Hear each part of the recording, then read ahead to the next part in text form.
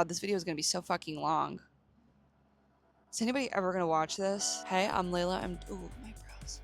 I'm Layla. I'm 24. I make music and I am failing severely at marketing it correctly. So this is my attempt to connect with the masses without wanting to kill myself. Today's episode is how to pull together a video on a budget.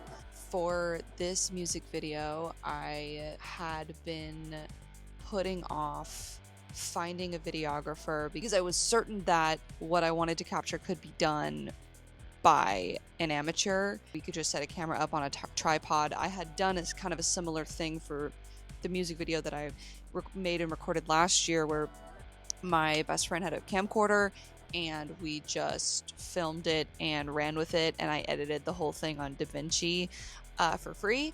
There's so much resistance to the idea of something that is kind of low budget and bad at this stage. Like, all I can do with the money that I'm allocating for this project is come up with a single concept that is strong enough to execute. You know, you look back at old photos of Lady Gaga, and why is she orange with a shake and go Party City wig? Because she wasn't at the next level yet. So once you got the idea, let's talk about some visuals. The main characters of this are going to be the lamb and the dog. I originally wanted us to be in the same exact outfits from the cover art photo shoot, and this was because I wanted the visuals to be consistent and recognizable as I market this era. I knew that I wanted to sort of keep the similar concept, but take that and relate it to the current project and sort of start to emulate these eras. Got some teal leg warmers and I have a different shade of blue, and I kind of created a very similar outfit to the cover art shoot. And then the dog was in a more artful all leather situation. And so when I was shooting the cover art, which I think will be its own story and video as I kind of unfold the project, talking with the photographer, who is the wonderful heartbeat of the music and underground scene in Boston. Their name is Yaz. They are the People's A&R, and you should definitely go check them out. And part of that was the dot connecting of, I need a videographer. I don't really know, like, why don't we just have Jillian do it? And Yaz going, I know a guy. And they could not have been more correct with this recommendation. And so I reached out and I said, hey, I need somebody to film this. Here's the idea. I'll make you a pitch deck. Let's go. So step one of the process was come up with the idea. Two was make a pitch deck. I used the photos from the photo shoot, included a streaming link. I used Untitled to share my unreleased music. Then I did another slide with just the general idea. Again, going back to the concept of, like, you want one strong idea and be able to execute it perfectly. When I have $100,000 to make a video, then I can make this pitch deck a lot fucking longer. But at the end of the day, you should be able to translate whatever idea you have into a couple of words. It's like, that's what I did. And so for this, it was in bed with a body, laughing with it, dancing with it, touching it, kissing it, leaving it there, throwing it around, dancers join, supercut, party in the bedroom. That's the idea. Can you picture it? Perfect. Then I put together a Pinterest board of what I wanted the look to look like for the whole project, and what the look was going to be for the dancers. Location, it was my bedroom. I took a photo of my messy bedroom. It was in my bedroom in Boston. I thought it was the perfect place for it. I think the colors, the look, the vibe, it's so honest. It's so girl in there, which I really loved. And I knew that when I made the video, I wanted it to be in there. I referenced Audrey Hobart's Sue Me music video, Adele's Sex on the Beat music video, and Charlie XCX's 360 video. What I really loved about Audrey Hobart's video is that is just kind of a girl doing her thing in the bedroom. And I was looking for references. It was a perfect fit. I did not do that intentionally, but it was perfect. Adele's been on my mind for a long time, and when I wanted to include the dancers, I wanted to have a similar effect of group movement, group play, but I am not the dancer that Adela is, and I perhaps never will be. So we played to the strengths of the dancers and my strength to milk a visual in front of a camera.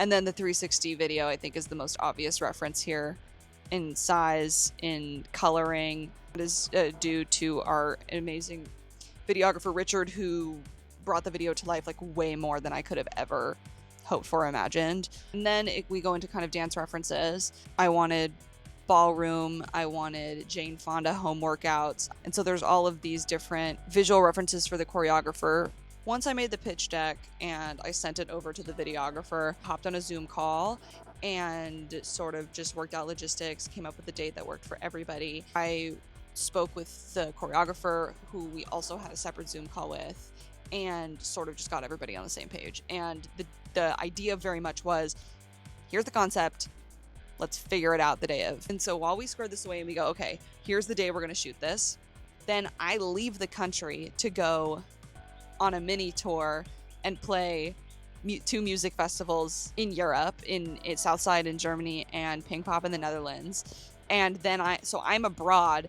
and not present. My service and my data's out and I'm not communicating because I'm exhausted and I'm jet lagged and I'm, doing all these things. And so I'm just kind of holding on to the hope that like whatever dancers are going to make it.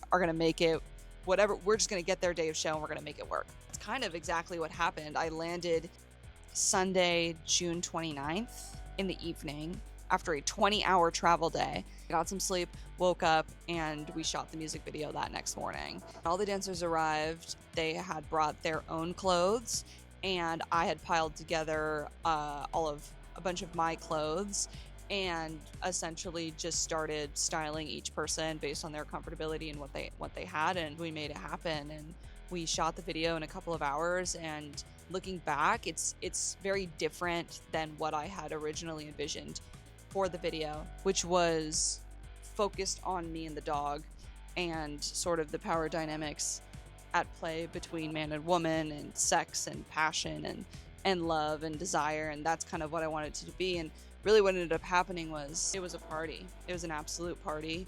And I think it encapsulates the song better. And when I sent the final product of music video to my mother, she sent a text that I think is very funny that says, love that Griffin is so tall and imposing, but is flat/no power contrast with the popping, colorful girl fun. And I think she absolutely nailed it on the head with that. It's a video I'm very proud of, and it's all a learning experience. And if I could go back and do it again, I think I would have put a lot more organizational skill toward it. But, I'm trying to just give myself grace because the month of June was crazy. And I knew, and I had complete confidence in the people that I had put together to work on this project. And at the end of the day, I knew that what is going to be the most interesting is if everybody shows up and has a lot of fun, because the production level of this is very low stakes, and that is sort of by design. And it is sort of the case that like, hey, this song is just kind of meant to vibe to. Call up some of your dancer friends, see who's available, and let's have a party. And that's what we did. And that's the story of my music video. So give it a listen, give it a stream. I'm going to probably do more videos on